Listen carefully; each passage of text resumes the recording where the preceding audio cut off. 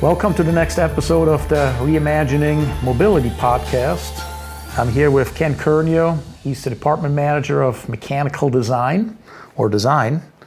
It doesn't just have to be mechanical, I guess. Doesn't have to be. Doesn't have to be, Ken, I'm sorry. No, that's fine. So, AVL, or the mechanical, or the design group, let's say, has transformed itself tremendously under your leadership over the last, let's say, 3 years.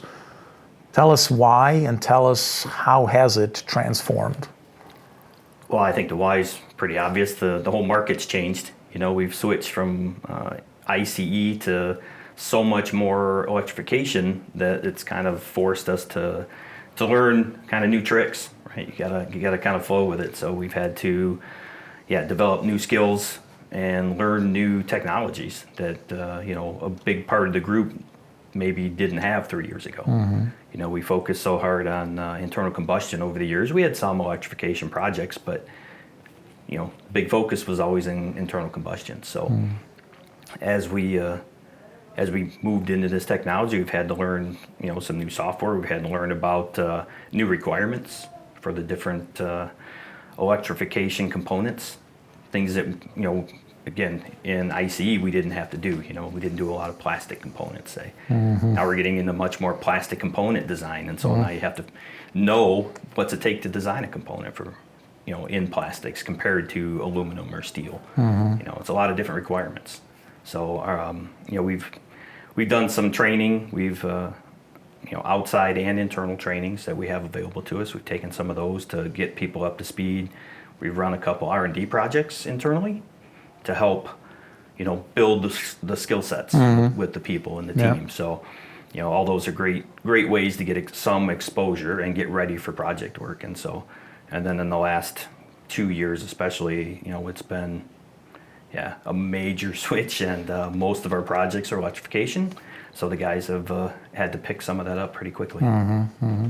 How much did the global organization help? I mean, there's no secret to the fact that Europe focused or went to electrify, not purely electric, certainly hybrid for a very long time, focus from a propulsion system. So we developed a lot of expertise and know-how there. How much did that help you in training and re-educating, retraining people, right? Yeah, well, we definitely took advantage of the academy, the AVL Academy trainings that were available. So that was developed mostly by Gratz, and we were able to take some of those trainings. But even in project work, knowing some of the colleagues over there where you can ask questions, that's been a big help, both in design and really a lot in the analysis side of things. Utilizing their skills and having them help guide us a little bit on some of this is very useful. So having that global, those global colleagues that you can reach out to and get support is great. Okay. A conventional powertrain mechanical engineer makes a great electrification design engineer, yes or no, and why? Yeah, it's really very dependent on the individual, right? Some people can make that transition pretty easy. It just kind of depends, maybe the expanse of their background. Even though they were very much in, say, conventional technologies, some people have an interest in different areas, and they kind of learn things on their own even, right? And they can bring that to the table. Others maybe are just harder to make that transition. They struggle a little more just to pick those things up. But I think it's really dependent on the individual.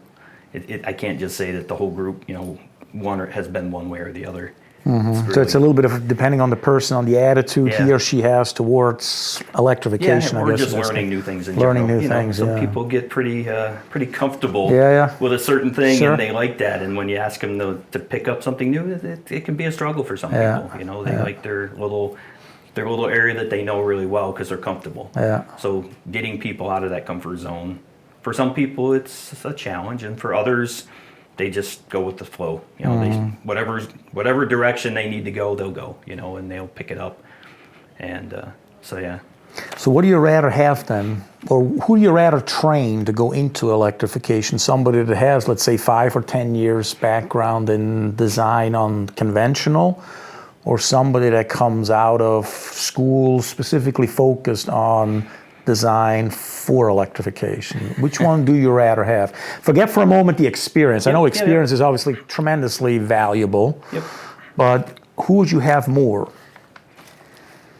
Wow, that's a tough question. I guess when you look at like young guys coming out of college, kind of going into their first job, they've spent that time, knowing how to learn.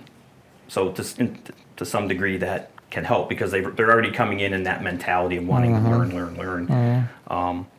So in that regard, the young guys can be maybe a little easier at picking some stuff up, because maybe they've been exposed to that technology now for 4 years in college, and so their mind's already in that direction. So sometimes it could be a little easier with those guys maybe to make the transition. Okay. But as you said, the experience that someone brings to the table, not necessarily in the technology, but just the general experience in design, is a big contributor to how well someone does anyway, in general, and how well they can learn the new things. So it's a tough question to really point to one or the other and say it's the easier way to go, because there's advantages in either. So okay, if you had to explain to a layman what does design mean, the design department do in AVL? Again, we already talked about from batteries to enclosures maybe for e-motors to complete engine development, the mechanical side or the design, but give us a little bit maybe a high-level overview. What does design mean? It can mean so many different things, but for us as a mobility technology company, what does it mean? I guess the easiest thing you could say it is it takes the ideas and turns them into real components, right? So it takes a team to come up with the concepts, right? The overall for designing anything. So, when I design a battery pack, there's a large group that goes into developing all the specifications or requirements for that battery pack. But at some point now all those specifications need to be turned into a real product. And that's where design comes in. They come in and they're able to take those ideas and those specifications, find the right components or design the right components and assemblies and subsystems to make that product a real handheld product and not just some idea, So, and there's a lot of steps, to know that, figuring out from the specifications, what do I need in the component, materials, how detailed of a design do we have to do on this? There's a lot of factors go into it, but just from a high level, that's what the design department does. So we can take that idea, turn it into a 3D concept design, a 3D layout, 2D drawings, work with suppliers, get parts, get them in-house, and now we have a product. We have a component, a system, an assembly that's used for whatever purpose it was intended for, testing. Maybe it's a proof of concept design you're sending to your customer. Maybe it's going to be, on the test beds. So, compared with 5 years ago in your department, design, how much more use of simulation technology do you use in your work doing designs? That's an area we're just getting a little bit more into. We have a couple of tools available to us now that we didn't have in the past. So this is going to be a growth area for us this year. Pretty much all the analysis simulation work that's been done, we've been working with the analysis team for that. But now we have some tools available to us through our design tools to be able to do some of that. So we're going to look to get a couple guys trained up to be able to do some structural analysis. We have some CFD flow analysis tools available to us now. So we want to start doing some of that high-level simulation and analysis work prior to sending that first model off to the analysis team. So we think we can get a bit further down the road with some simpler tools to at least give the analysis team a good starting point. Because sometimes, we can do design and we can have all what we think are the right ideas using the experience that the people have, but sometimes you send that to analysis and it gets tore up pretty quick. They do something and they're like, that's not really right. And then we're back kind of, not to square one, but It can happen, So I think getting those tools available to us is going to help us get a little further down the road with that first iteration that we send to the analysis team, which should actually speed up their process. Maybe now they don't have to make 3 or 4 loops. Sure. They might be able to get by with 2 loops. Yeah. You know, and so if we can save that time and that expense, I think that's a great thing. So now it's identifying, who to start with in the team. Who are the guys we want to focus on? And I have a couple of people that are very interested in doing that level of simulation analysis. So that's probably where I'm going to start. Good. A little more of the senior level guys that have a good background, that are interested in doing it. Sure. So that really helps. You know? As we talked earlier. Yeah. So Fessel, who runs our software and controls organization, I asked him the question, what are you going to see in 5 years or so coming out of school, meaning causing a shortage or a large supply of? Is it mechanical engineers or software engineers? And he gave me an answer. I'm not going to reveal what it is. I'm going to ask you, if you were to advise me as a, let's say, high school graduate, and I'm debating going into mechanical design or into software engineering. I got a passion for both. What would you advise me to do and why? I think personally, mechanical engineers are always going to be required. Everything comes to a product, something you're either going to ride in, hand hold, something. There's a product there that comes from mechanical side. So you're always going to need a mechanical engineer for something, and they can be pretty diverse in the product and in the industry that they work in. But you're always going to need a mechanical guy. Now, I realize you're probably always going to need software guys going forward as well. You know, software engineers are going to be critical to it because all the controls and all the things you have to do to set, everything's computer controlled anymore to some degree. Yeah. So you need both. But if a person really has a passion for both, it's a tough decision. But usually, I think someone probably leans one way or the other. But I think you're going to need a good mix of both that going forward. I don't think it's if we get too many people focused on software and nobody on mechanical, we'll have all the software written, but what are they going to control? What's going to run? What is it going to run? So, or how did they even put all the hardware together necessarily and design all the hardware that goes in and that software can then interface with? Right. I mean, Fessel gave a similar answer. Yeah. He was much more, both is important. He took a little bit more the, let's say, the politically correct answer. He didn't want to go one or the other.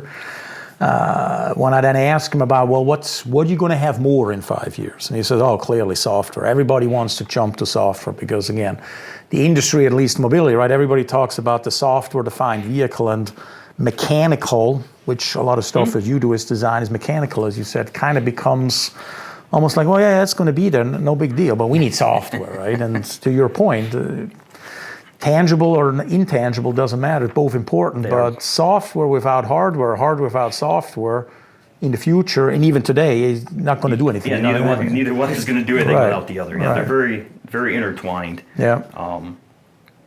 That's...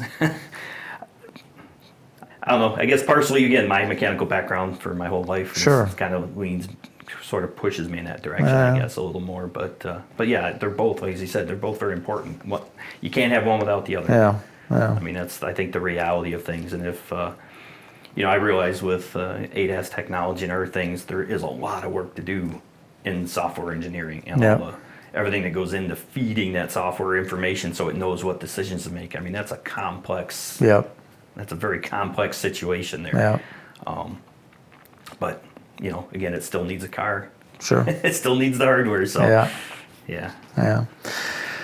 In the propulsion technology space for mobility, what's easier to develop in your mind and why? A traditional or conventional engine, gasoline engine, 6-cylinder engine, or let's say a battery and an e-motor or a battery and an e-axle. So the electrified propulsion system or the conventional propulsion system. What's easier or what's more complex and why? It doesn't matter which way you want to go. I mean, I think from a mechanical standpoint, I would say the electrified system is easier to develop.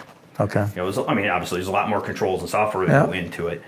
But when you consider just the sheer number of parts that go into designing an engine and a conventional powertrain, all these parts that have to work together, in an engine, that all have to fit right. They all, and the development it takes to make that happen is pretty complex. It takes a lot of development.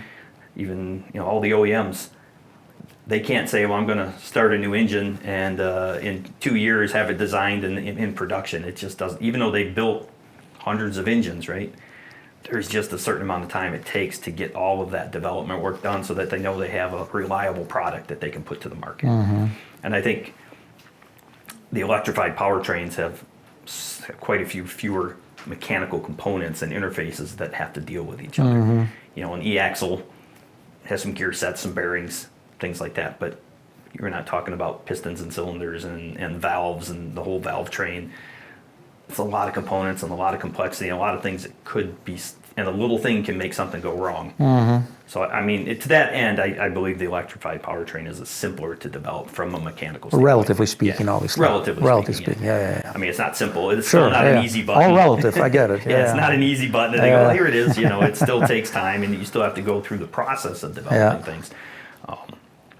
And simulations and analysis get you part way there. There's a lot of things you can do virtually now that maybe weren't being done, say, 10 years ago, that can sort of shorten that time frame for either conventional or electrification. But there's still a certain amount of real world hardware you have to build and test. And I think I don't know. I don't see that going away.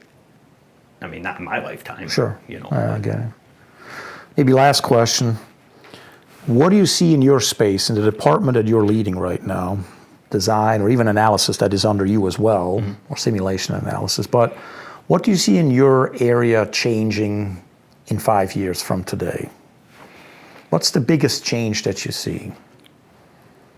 It could be just the ability of some of the tools that we use, and the manufacturing methods that we will be using, I think, 5 years from now.